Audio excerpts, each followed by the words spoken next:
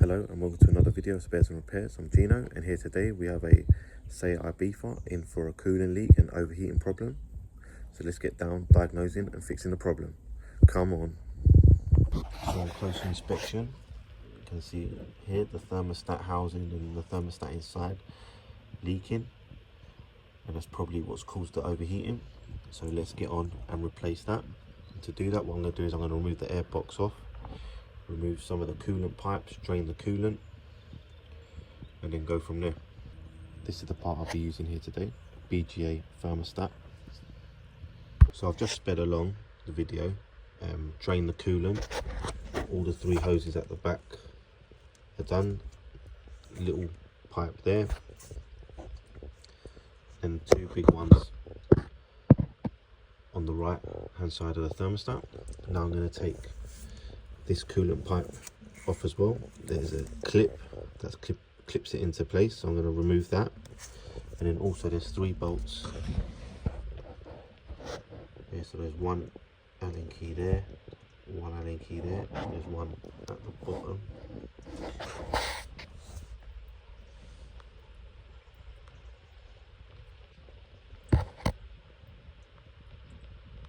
There, if you can see it. To remove them, and then thermostat should be able to come out. Thermostat's off now. Before taking it off, I had to remove the plug for the coolant temp sensor, and then there's a bracket that goes on it as well that holds the plugs, the other plugs down here.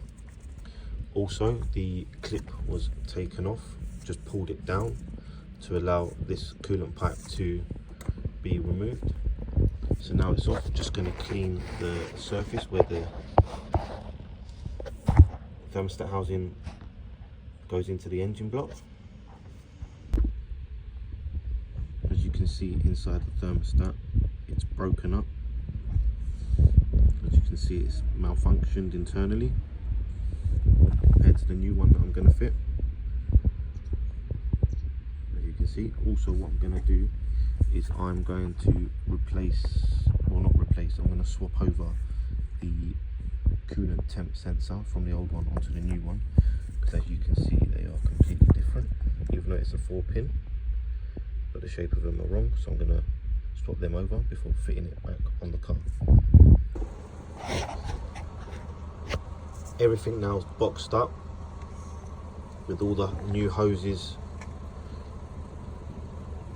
and brackets put back on, as you can see. What I've done is I put some grease and lubrication on the seal that connects the pipe to the thermostat, and then put the clamp in. The clamp wasn't easy to go in, but with patience it went in. And then the seal that's on the engine block to the thermostat, again put some grease around that as well, tightened everything up. Now to put some coolant in and bleed the system. Car's reached temperature now. The vents are all hot, the coolant level's topped up to the correct level. Car's all fixed and finished.